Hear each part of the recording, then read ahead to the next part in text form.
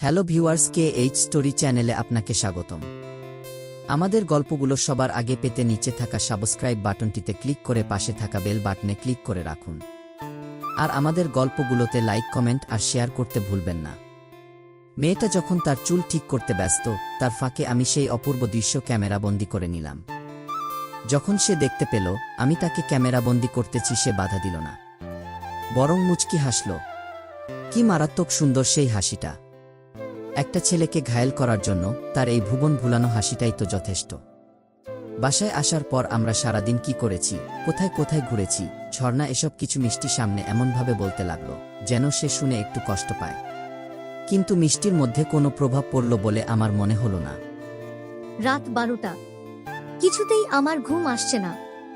এদিকে আর সবাই ঘুমিয়ে পড়েছে। পাশের রুমে মিষ্টি আর স্বর্ণা আপু শুধু জেগে আছে। ওদের রুমে এখনো লাইট জ্বলছে। নীলকে খুব দেখতে ইচ্ছে করছে, তাই পরপর দুবার মিস কল দিলাম নীলের নাম্বারে।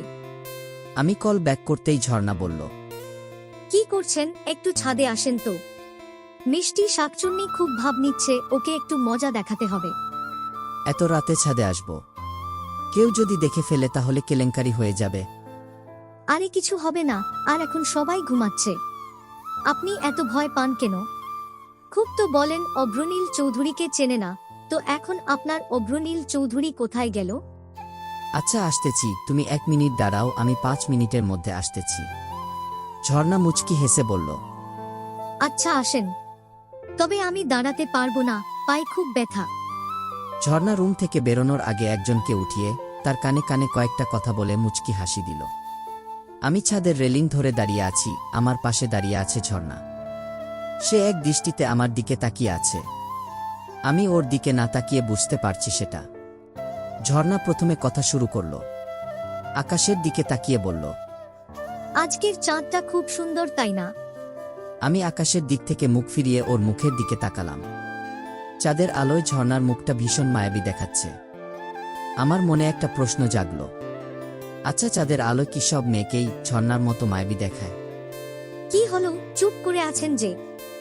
হ্যাঁ, অনেক সুন্দর, কিন্তু তার চেয়েও বেশি সুন্দর একজন আছে এখানে। ঝর্ণা বলল, নিজের প্রশংসা নিজে করতে আপনার লজ্জা লাগে না? মানছি আপনি সুন্দর, তাই বলে চাঁদের চেয়ে বেশি সুন্দর নন।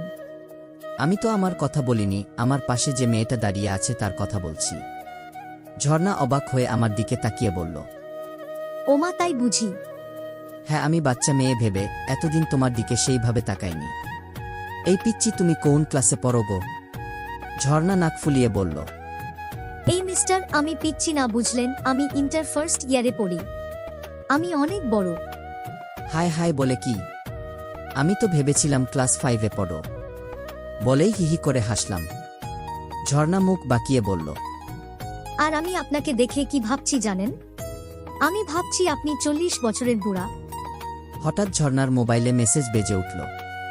ঝর্ণা সঙ্গে সঙ্গে আমার হাত ধরে দোলনায় গিয়ে বসল। আমাকে বলল, হাঁ করে দাঁড়িয়ে দেখছেন কি, তাড়াতাড়ি আমার কোলে শুয়ে পড়ুন। ঝর্ণার কথা শুনে আমি আরো অবাক হয়ে গেলাম। তুমি কি পাগল হয়ে গেছ? বেশি কথা বইলেন না তো, আপনাকে যেটা বলছি সেটা করুন। ওই মিষ্টি শাকচুন্নি আসতেছে, জলদি আমার কোলে মাথা রেখে শুয়ে পড়ুন। আমার কোলে শুয়ে একদম রোমান্টিক রোমান্টিক কথাবার্তা বলবেন, যাতে ওই শাকচুন্নি দেখে মনে করে যে আমাদের মধ্যে কিছু একটা চলছে। আমার কি জানি হলো, আমিও শুয়ে পড়লাম। দোলনাটা বেশ বড়, 3-4 জন বসা যাবে। আমি ঝর্ণার কোলে মাথা রাখতেই সে আমার চুলে বিলি কেটে দিতে লাগল। কেমন আনিজি ফিল করছিলাম, ঝর্ণাও মনে হয় আনিজি ফিল করছে। কেমন কচর মচর করতেছে। আমি বললাম, তুমি কি আনকমফোর্টেবল ফিল করছো? তাহলে আমি উঠি? ঝর্ণা আমার চুল শক্ত করে ধরে বলল, আসলে এই প্রথম কেউ আমার কোলে মাথা রেখেছে, তো তাই কেমন জানি মনে হচ্ছে। ও আচ্ছা, আমি কতজনের কোলে মাথা রেখেছি জানো? প্লিজ স্টপ, আমি শুনতে চাই না। শুধু আমার মায়ের কোলে মাথা রেখেছিলাম, আর সেকেন্ড তোমার কোলে মাথা রাখলাম। শখ ছিল ভাইয়ার বাসর রাতে ভাবির কোলে মাথা রাখব, কিন্তু ভাবি তো ব্যাঙ দেখে অজ্ঞান হয়ে গেল। জোরে চুল টান দিয়ে বললাম, ইস কি লুচু আপনি। এই আস্তে আস্তে লাগছে তো। ভাবতেছি এমন একটা দোলনা আমাদের বাসার ছাদে বসাবো। বিয়ের পরে বউয়ের কোলে এরকম মাথা রেখে চন্দ্রবিলাস করব, কেমন হবে বলো তো? বেশ ভালো হবে, তাই না? আমি কিভাবে জানবো আমি কি আপনার বউ নাকি? তবে মেয়েদের অনেক শখ থাকে বিয়ের পরে। সেগুলোর মধ্যে একটা নির্জন ছাদে স্বামীর সঙ্গে চন্দ্রবিলাস করা। আচ্ছা ঝর্ণা, তোমার বাবা মাকে তো দেখলাম না, উনার আসেননি বিয়েতে?